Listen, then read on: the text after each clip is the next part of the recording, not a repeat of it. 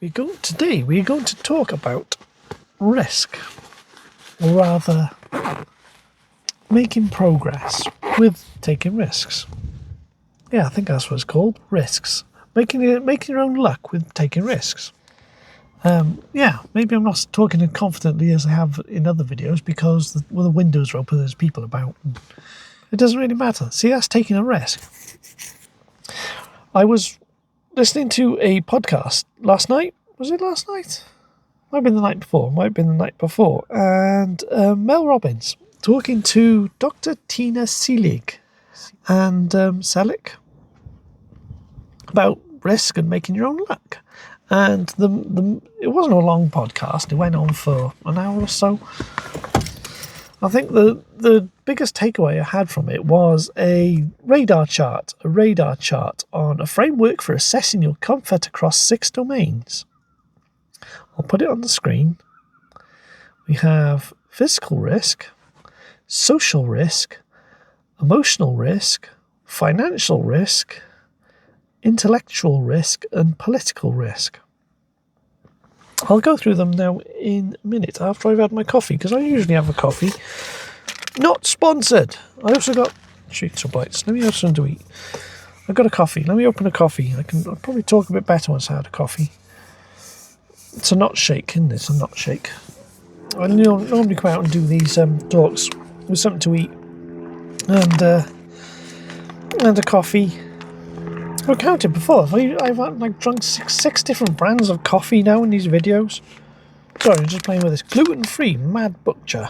Made for meat maniacs. Treats or bites. Because I'm not getting into the subject of the video. The people who clicked on the video have probably clicked off by now. I'll get into the subject now in a minute. I've got this. I've got the Risk Star picture in front of me, and they still smell strong. Chorizo bites, dry cured gourmet meat snacks. So hang on, what does that say? Dry cured pork bites with paprika. See, this is taking a risk, you see? Eating stuff which I've never eaten before. I mean, I know I eat chorizo and stuff, but this is like what the hell? It looks like a pig's bladder. That's the sort of thing you kick around a pitch.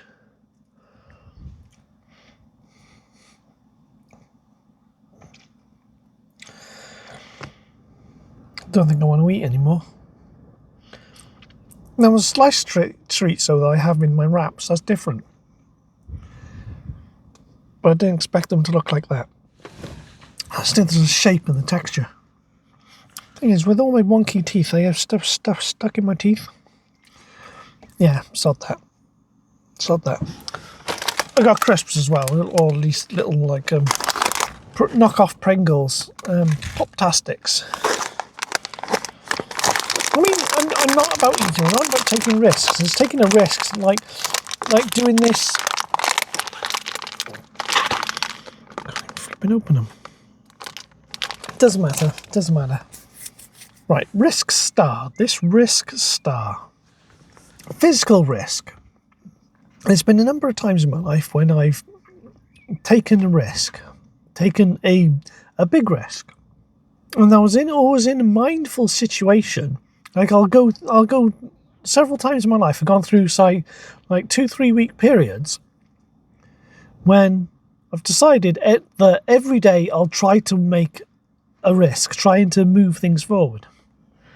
And the physical risk, the first thing that comes to mind is when I was with the Prince's Trust. We went for we did the thing with the Prince's Trust where we did a gorge walk. We did up at Pont-Neath-Fechan. I think lots of people know Pont-Neath-Fechan and the silica mines up there. And there was the gunpowder factory as well, and it was in the valley. We do the gorge walk up there, and there was a massive plunge pool. There used to be industrial buildings. I think it was part of a mill complex. The mill complex is gone. It's now a nature walk. But there's a large... I could drive up there one day. I can't drive up there now because the car's not in good enough condition, but I could drive up there one day and try and get a picture of it or try and get some footage of it. There's this plunge pool where there's like two man-made waterfalls go into this one pool, and that goes down another. There's a wooden bridge that goes across, and it used to be part of an industrial complex, part of a mill complex. I think it was part of the gunpowder works that was up there. It might have been part of the silica mines, or even a separate business. Because this was a very narrow valley, and there's in the past there was all these industrial areas in it, but it wasn't heavily industrial. It was very rural industrial, or in the past industrial. This is large plunge pool, and the signs say not to go in there because apparently, or we were told that 6 people had died in there by going into this plunge pool. And I was with the Prince's Trust, and I had 2 trained instructors with me. Yeah, I had 2 trained instructors with me. And the group was challenged, jump in the plunge pool. There's 2 trained instructors there, okay? And part of this week was for me to challenge myself and try and make progress. And so I decided I was going to go in this plunge pool. Not the whole group did it. There wasn't many of us in the group. I think it was about 8, maybe 10 people, not even that. And there was 2 instructors, one at a time. We had to run off this like wall jetty. It's not jetty, but it's like a wall that plunges out. So I think it's what would have isolated one of the water wheel troughs. A few of the others did jump in, and then I did it, and then we were each borrowing this one hard hat that's got holes in it, so the water come out that one of the instructors had. So we took it one at a time, and I jumped into this plunge pool. And getting underwater, it's a bit panicky, but I'm just concentrating on what I'm doing.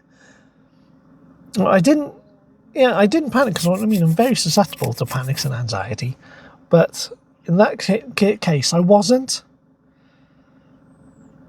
Maybe it's adrenaline, maybe it's me building myself up to do it, but I did it. And then once the one of us, those of us, like 3-4 of us who volunteered to actually do it, we were offered, do you want to do it again? Yes, I'll do it again. So I did it a second time. It's just that leap. A leap of faith, leap of insanity, leap of risk. Just going across off a wall, jump in into this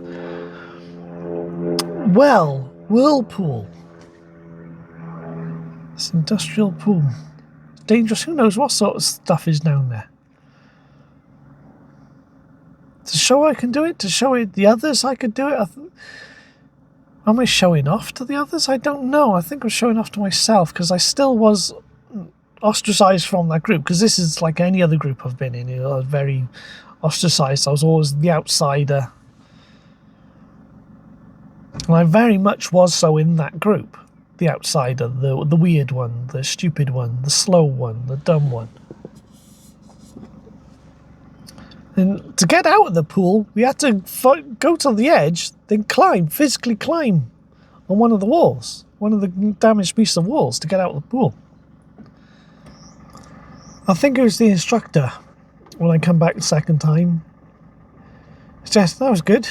I don't remember exactly what they said, but someone suggested doing it a third time. I didn't come out with the confident yes, but I did say I will do it a third time. I was handed the hard hat, and I did it a third time more than anyone else. 3 times I went into that pool. There's currents and all sorts of stuff under there that can pull you under. I did it 3 times. Taking a risk. See, on this risk star, is that what they mean by physical risk? Now, ordinarily, I would not be like that. I would not take that level of risk. I mean, I struggle to get myself out. I want to do some more walks. I've walked along here and that. But I struggle to get myself even out of the car to walk across here. I mean, take the exercises I do in the house. When I do push-ups, I barely do 10. And when I do pull-ups on my bar, I think 4 is the most I've ever managed to do, because I've got a pull-up bar in the house. And then I just go, I can't bother to do anymore. The physical risk... No, I'm not I'm not strong. I can't do very much more than that. But I'm not pushing myself, and so I'm not gaining the risk. It's gaining strength. But that's a much, much lower level of risk than diving into this dangerous plunge pool over a deep abyss in a crevasse in darkest Wales. So physical risk. Maybe, though, I haven't had the opportunities to take more physical risk. I haven't had the opportunities. I mean, I did do rock climbing. In fact, the picture that is on here is of rock. This picture, I generated it so I get a demonstration I can show on screen. But it's going to show rock climbing, and I used to do rock climbing. I did that in the same week. The same week. In fact, it was the first physical activity we did when I was with the Prince's Trust. We did abseiling and rock climbing. And it's the first physical activity. It's up on the coast of Pembrokeshire this time. And I'd never done anything like that before, and I was nervous. Well, I abseiled down. I remember the step, and we just had to have faith. It was the same instructors. And we had to have faith that we were harnessed in, and I've never worn a harness like that before, and I thought, it's not a very substantial harness. And there was the cliff had a step in it. It was quite a large step. It's got to be 3-4 foot, something like that. That stuck out of the cliff, so there's like a hard edge to climb over. But I got over it and I got down. There wasn't much space to stand on above the water. It's gone already. It must have needed that. I got another one. Okay, it came time to climb back up. I don't think I was the last, but I might have been one of the last to go back up. I still wasn't confident, and I'm actually in a situation where I'm around other people. And I don't get into these situations very often, and that's a risk I don't take. There's a social risk thing later on. And, right, I climbed up the first bit. That's okay. It was okay. I mean, there's a bit of pull from the rope. But I'm not sure if they were belaying from the bottom or belaying from the top. I think they were belaying from the bottom. And then I got to this step in the cliff. And I stopped. And I thought about it. Now, other people, I was noticing all the Frank type characters. I got my Bob and Frank type characters here. I got the Frank. We'll use B later. B. Actually, I was thinking about using B. There's Bob. And there's Frank. Yeah, when I say Frank type characters, I mean these two characters. So this is Frank, this is Bob. So when I say Frank type characters, because they're meant to represent stereotypes of different sort of people. I think everyone there was a Frank type character, except for I'm more like a Bob Cut type character, aren't I? So everyone there was a Frank type character. So when I say a Frank type character, that's what I mean. I mean a confident bully. And all they just went over it as if the lip wasn't there. They just clambered it, just used physical strength to pull himself up, went over it. But I paused. I thought, I don't have the strength to do that. I don't have the strength. I mean, maybe I could attempt it, but I didn't. Now, I'm not sure if it's just me, but I think a lot of people with the same sort of mental abilities or disabilities, whichever way you want to call it, as me, take movement in situations, especially a situation like that, different. And I think my Limerence does this the same, based on what I've seen. She moves differently for other people, and I believe I do as well. And this was a situation where that came into force. I couldn't get myself over it. So I sort of braced myself against it, pulling on the rope, and was able to hold myself up. Weight on your legs rather than your hands.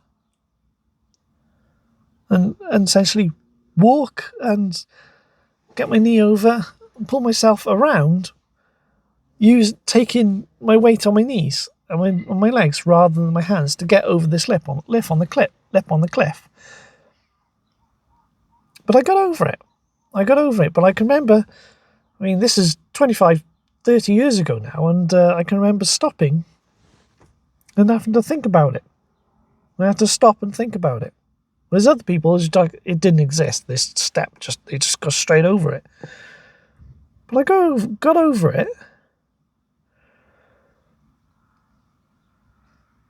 I think that was an interesting experience, because in a later job, I met other people who were climbers, and I ended up going out and buying my own climbing harness. I have my own chalk bag. I have a little clip that holds a chalk bag onto my harness.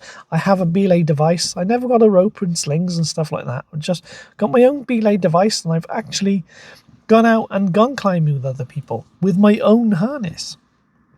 And I've got my own harness there. I haven't used it in about 20 years, but I have got my own harness, climbing harness, and I have used it.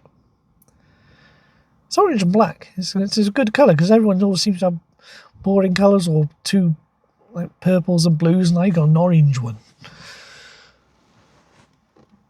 I got climbing shoes. I don't know. I might have to get another. I'm never happy with my climbing shoes. I think I needed other climbing shoes with a bit more movement, a bit more freedom. Can you see the Cargolux 747? It's over there. Social risk. I don't take social risks. I just don't take social risks. I think it comes from too many bad experiences. Plus, in places where you are social, it's very loud, very busy, and I feel threatened. I don't like it. So I'm not going to take many social risks. I'd rather do everything on my own and not involve other people.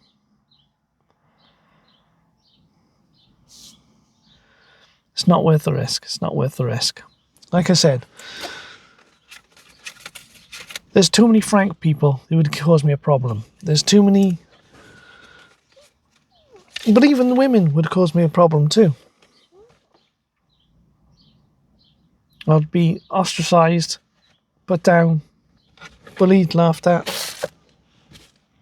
It's not worth it. It's not worth it. It's happened to me too many times when I've tried to take a risk and tried to go out.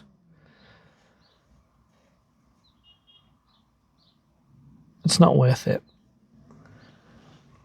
So my social risk is just a zero. I mean, I've been invited recently, for instance, like my former co-workers, they had a retirement party, and I was offered to join the Facebook group for the retirement party. I don't even know if it's gone or not, because I didn't even join the group. I mean, I wanted to go. There's a part of me that really wanted to go.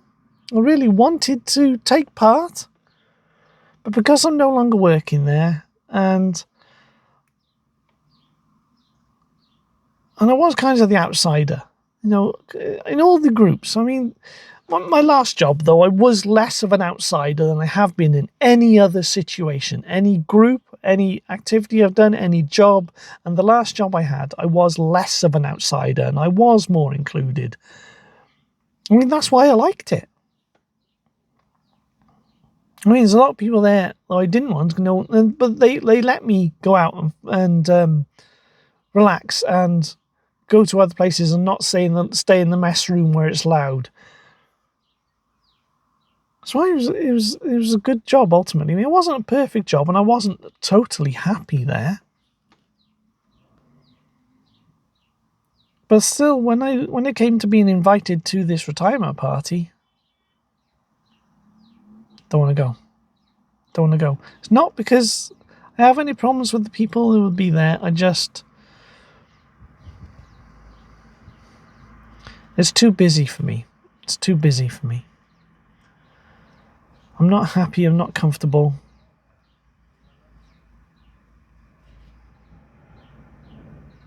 Yeah, my social is going to be a 0. I don't want to take any social risk at all. Emotional risk. I think when it comes to emotional risk, we've got opportunities. I simply haven't had the opportunities to have emotional risk. I don't even know what it means by emotional risk. Does it mean being vulnerable and talking about your emotions, talking about your own emotions, or what? I don't understand what it means.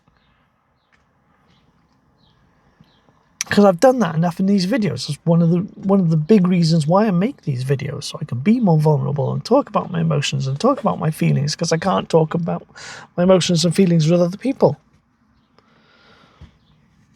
And it's a risk making these videos. It's a big risk making these videos. I don't know if I can even answer this one. Emotional risk. I don't know if I can answer it because I don't understand enough. Maybe I haven't had enough. Because I'm opening up in the car, but in the car is my own personal space, and so it's safer. So there's less risk. Because sure, there's a risk of people seeing the videos, but I think there's a high chance that no one's going to see it. Yeah, was it my last 5-6 videos have had no views at all? Maybe it's always going to be like that, but I think it's still worth me making these videos. So emotional risk, I'm tempted to put 1. So emotional risk, I'm tempted to put 1 or 2. Just 1 or 2. I'm not going to take emotional risk. Financial risk. Again, opportunities. I haven't had the opportunities. I'm not willing to take financial risk because I grew up with no money, with nothing. I grew up with very little money, very little income, very lower income household. Still on a low income household, and I've struggled with my mental disabilities to maintain. Well, mental differences is a more positive way of putting it. Not abilities, disabilities, mental differences. Yeah, with my mental differences, I've struggled to keep an income. It's not because I'm bad at spending. In fact, quite the opposite. No, I keep very, because I was in debt at one time. I was in debt because when I was living on my own, I couldn't afford the bills. I didn't have enough money coming in to afford the bills, and there was no one to help me. Because you're single and on your own. It always seems to be help if you're not on your own or you've got a family or something. But if you're single and you're on your own, no, there's no help at all. No one cares. So I just got into debt, just paying the normal bills, struggling to stay in employment. Yeah, I had debt at one time. That was I think it was mainly down to the water bill, because the water bill was ridiculous. I was paying thousands. I was being charged thousands in the house I was in, even though it was the smallest, tiniest, lowest priced flat I could get. I was charged thousands for water. I was charged more than twice as much. as co-workers who had a family of 5 and a big, like, 3-4 bedroomed house. That's ridiculous. And so it just put me into lots of debt to water bills. And so I vouched I would never go into debt. I would never have credit. I'll never have credit again. I mean, because I had to take out loans before just to pay for things like car tax. I don't now. Though who knows in the future the way the government are going. Let's not get into politics. So I know politics on this channel. Some of the houses around here got stupid politics notices up. I hope you can't see them in the camera, can you? No, good. Can't see them because I don't, because that would, if I have one of those politics notices in the frame, it might imply that I have a bias, and I don't. Because there's one just up there. See that? Well, you can't see it anyway. It's good. I think it's the house, that roof there. See that roof? No, it's not that roof. There's another house behind me that's got a politics notice in. Where were we? What was I talking about? Financial risk. Now, since 2001, I've kept spreadsheets, big spreadsheets of my finances, and I've recorded another video where I talk about my finances and finance spreadsheets. I think I was just looking for something to say in one of the previous videos. I did it a couple of days ago. Well, maybe a week ago. I recorded footage of a video where I talk about my finance spreadsheets. So I do take a lot of... Sorry, because I can see another contrail of an aircraft that's turning down there. Might be a military aircraft. So you get lots of contrails coming across here because all the transatlantic traffic comes straight over where I live. So with financial risk, is it back to front, where actually the positive is... Because on this radar chart, it doesn't say what's the positive and what's the negative. It just shows you how much thing. So taking less financial risk is seen as better. Is it? Where it seems like everything else, taking more risk seems to be the better. Do you reckon? Financial risk. I'm not going to take much financial risk. Because, I mean, I want to buy things for myself, but I'm not. I mean, I do play the lottery, and I do play dream car giveaways, and I've got a camera competitions account, so I will do lotteries now and again. So it's not as if, so I don't think it's a 0. But a financial risk would be 3, maybe 3. Because I won't spend a lot of money. I mean, I got the car's got to be fixed, for instance. I've got things to do with the car, and I'm scared to spend the money. In case I don't have any money in the future, I'm not willing to take that risk. So my financial risk is low, so I think that's a 3. I didn't put a number for emotional risk, did I? But I think that's low as well. My emotional risk will be 1. So physical risk, I think, was 4, 5. Then social risk was a 0. Emotional risk, 1 or 2. Financial risk, 3. I should be noting these down, shouldn't I? There's so much stuff. Right, risk star. Let me just write this down. 1, 2, 3, 4, 5, 6. So physical, I said 4.5. Social, 0. Emotional, I say that's a 1.5. Financial, we'll have that as a 3. Intellectual and political. So we've still got intellectual and political. Intellectual risk. I did Japanese evening class for 1.5 years. And I had a personal tutor for 3 years. And on 2 trips over there, I've got to use and spoken in the field. The biggest conversation I had was in the cafe with one of the servers there. So all these were riskful things. Yet I'm not willing to talk on camera. I'm not willing to talk with other people, to talk in another language, because I'm scared of making a mistake. I'm scared of being found out as wrong or I'm not good enough. But I have been researching, going back to university and studying full time again. So I don't have the confidence. I'm not willing to take the risks. I'm not willing to be wrong. So I think intellectual risk is really quite low. But now when it comes to talking about, say, aircraft or cars, I'll talk till the cows come home, and I'll talk enthusiastically about aircraft and cars and certain boats. Because that's things I like, and those things I always read about when I was younger. So I think, but then I'm only willing to talk about the things I know about. If I don't know about a certain subject, it's like I could talk about aircraft types and optimizations and center of pressure, center of gravity, center of lift, and how they relate to each other. And yet I could not talk about, say, hydraulic systems and different hydraulic pumps.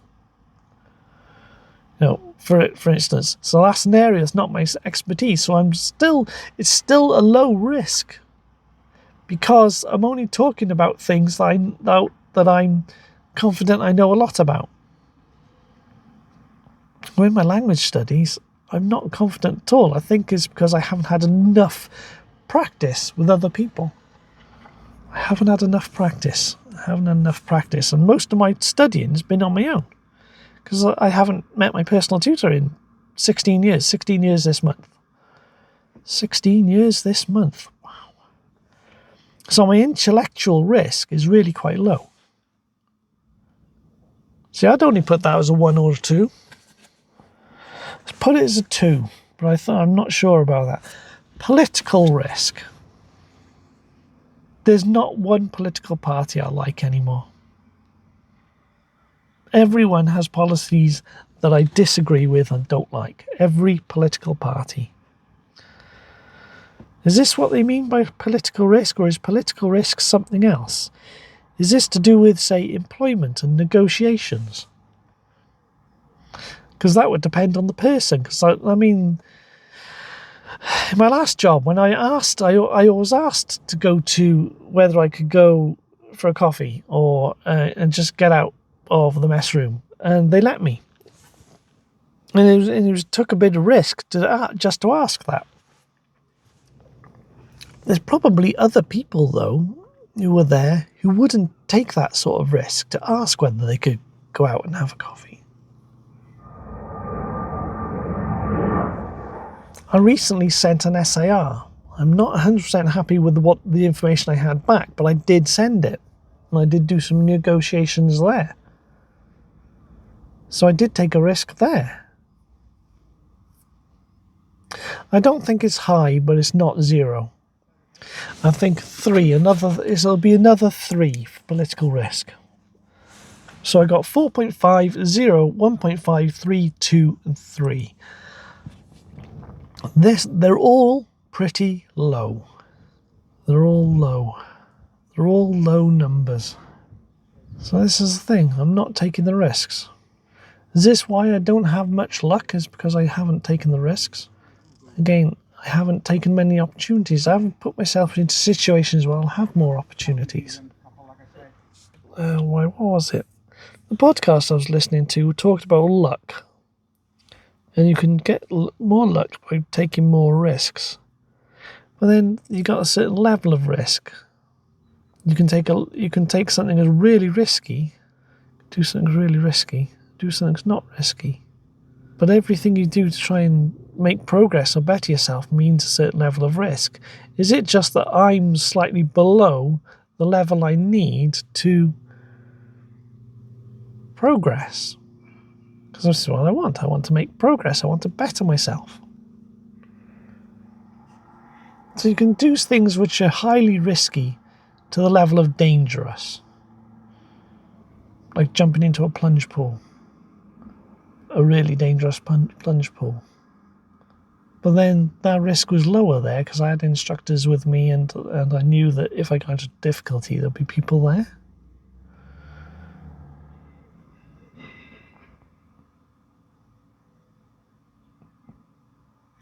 I want to talk about love. I want to talk about limerence. I want to talk about my limerence.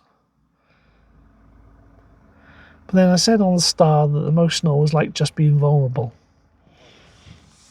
Let me have another coffee. Let me have another coffee and have a think. This one is also not shake. People think I'm drinking something else. It's just coffee. I don't know, because you judge how much risk you're willing to take before you do an action, isn't it?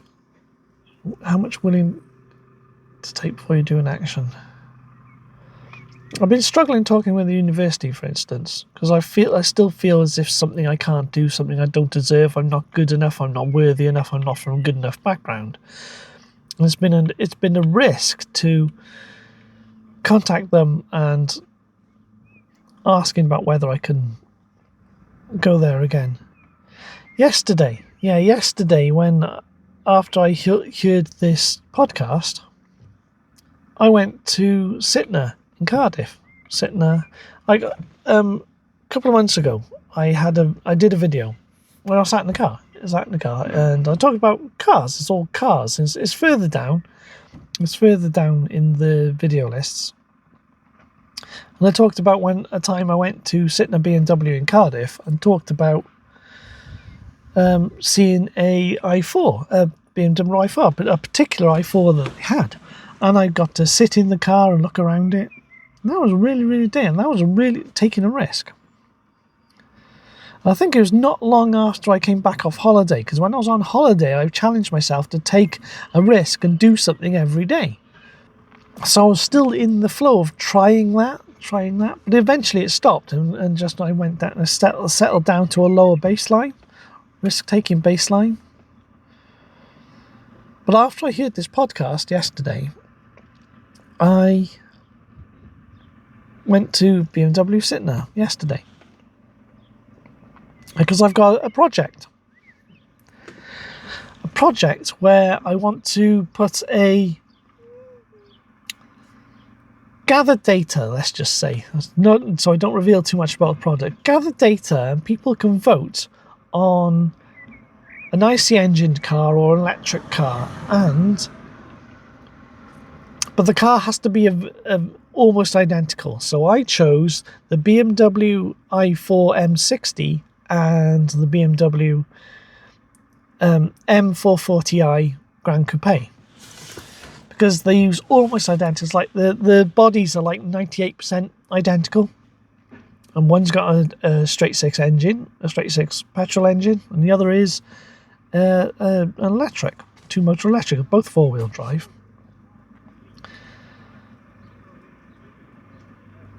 So that's for a project I've got, and I've been meaning to do that for a long time, months, a year, more than a year. Yeah, more than a year. Possibly since I went and saw, when was it? 2023 when I went and saw that i4. So I went and did some research yesterday, and I was talking with the person. What the aim of my visit yesterday was to find out whether the new i4s and new M4040i's were still available, and if the model is changing, because other models around about the same size and scope in the BMW range have changed recently.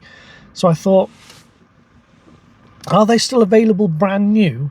And if so, how long for? When can you put the last new orders in? I need this for a project. This is sort of information I need for a project which I've been thinking about. So I went there yesterday. I just thought, I'm going to take the risk and just do it. I did it. I did do it.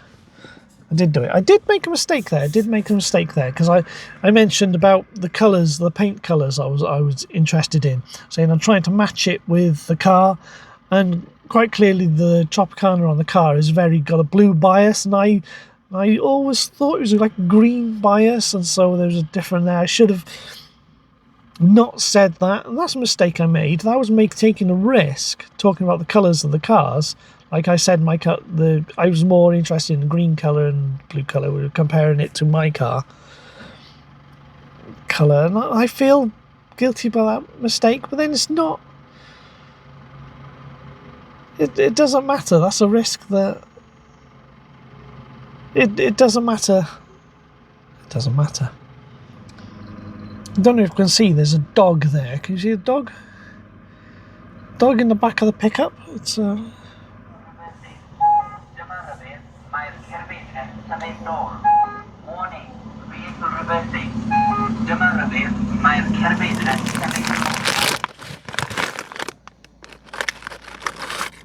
they're really little.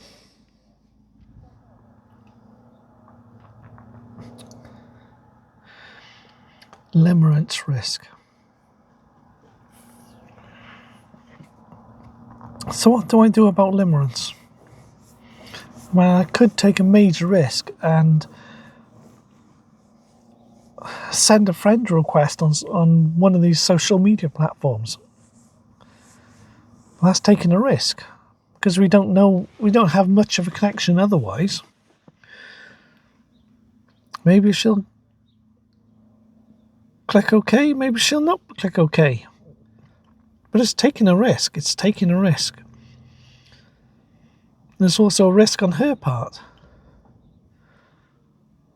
because she doesn't know much about me. A thing from the podcast, a quote. You're only ever one decision away from changing your life. But it doesn't sort of state whether that's a positive or negative. Maybe I can find the exact quote. You're only ever one decision away from a completely different life. But that quote doesn't state whether that life is positive or negative. When I found my personal tutor, my language tutor, back in 2007, I sent out some inquiries, and she called me up out of nowhere. Because the benefit that what I did, I must have put my phone number on the inquiries I sent out, and that's how I got contacted. So I've been doing that a lot lately, with putting my phone number on the bottom of emails. And I had a missed call a few days ago, and I wish I knew what it was. Maybe it was nothing. Maybe it wasn't. Maybe it was something. I don't know. Just make more inquiries like that. But what about my limerence? So when I did the decision exercise, the decision-making exercise, in the duties, I put in the duties box on decision exercise, I put the picture up on the screen. I put her best interests. Every time is her best interests. I don't know what to do. I think the takeaway from the podcast and doing the political star is, I think I need to just make little steps, and trying to take a few more risks without being too risky, because I think there's a level of risk you can take where it becomes dangerous, where the chances of things going wrong is extremely high. And doing the political star just now is, I found I don't take enough risks so that I'm not going anywhere. And this is why I've been stuck in life, because I don't take enough risks. So I think there needs to be a middle ground where I can start taking more risks in order to find progress. And I think maybe risk isn't the right word. Maybe it's just making life progress. And any progress you make is going to have difficulties, and So it's just a case of making life progress. How does this relate to limerence? I have made tiny steps to get to know her better. I mean, when I mean tiny steps, they are really, really tiny steps to get to know her better. Maybe I could do more. I don't know. Because I can't make a decision right now. I can't make a decision what to do. I have a to-do list. I have a to-do list on my desktop. There's a text file. And everything I want to do, I've got in this text file. And there's lots of things which aren't on the text file. I keep thinking I put new stuff all the time to go onto it. So I've got to add more to it. There's things on there I keep putting off because they're a risk. So I think I need to just start making more small steps. Taking more risks. It just sounds too difficult because in my experience, things don't go right. I have so much experience of things not going right. Me being ridiculed, ostracized, but I don't know where I'm going with this talk right now. I'm just talking. But on this to-do list, I've got things like talking with certain companies and sending messages to certain companies about certain things. And I could be doing that. But I'm not taking the risks. That's what we're going to take away from this, this thought exercise. We just need to make more active steps to progress. And with that, it's time to go. I don't know if this talk today has been any useful, has it been any good? Anyway, time to go.